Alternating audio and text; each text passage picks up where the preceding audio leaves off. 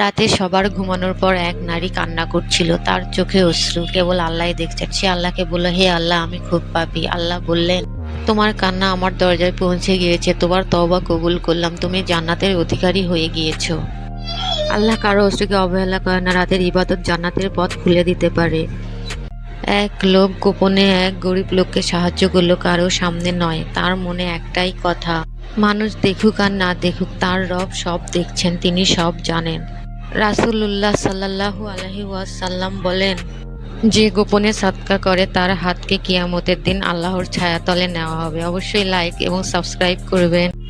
এক বৃদ্ধ মহিলা গভীর রাতে নিঃশব্দে তিনি কোরআন পড়তেন। কেউ জানতো না, শুধু জানতো তিনি আর তার রব। একদিন তার মৃত্যু হয়। লোকেরা বলাবলি করতে থাকলেও তিনি একজন সাধারণ মানুষ ছিলেন।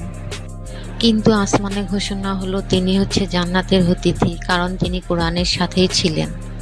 কোরআনের সাথে গোপন সম্পর্কই তোমার মর্যাদাকে উঁচু করবে কিয়ামতের দিনে। অবশ্যই লাইক এবং সাবস্ক্রাইব করবেন।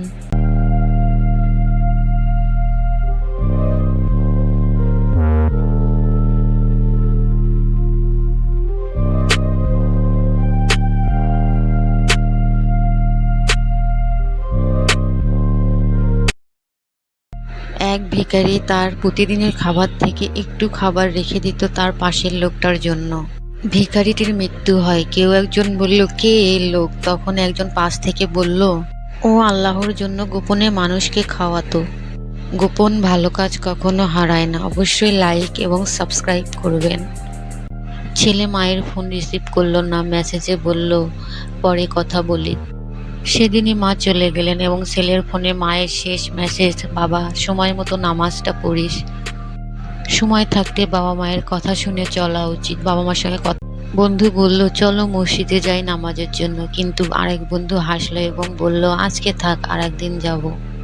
সেই দিন রাতে ছেলেটি একটি কার দুর্ঘটনায় মারা যায়। তার শেষ নামাজটা আর হয়নি। জানা যায় সবার চোখে পানি। ছেলেটি মারা গিয়েছে, তাই কখনো নামাজ ছেড়ো না, সবাই নামাজ পড়ো। যখন সাপটি ছানাটার উপর ঝাঁপিয়ে পড়ে, তখন মা পাখিটি নিজের জীবন বাঁচিয়ে রেখে সাপটির উপর আক্রমণ করে। এতে সে নিজেও আহত হলে ছানাটি বেঁচে যায়। এটাই হলো মায়ের ভালোবাসা। তোমার মাও এমন করে তোমার জন্য লড়াই করে গেছে, কখনো ভুলো না।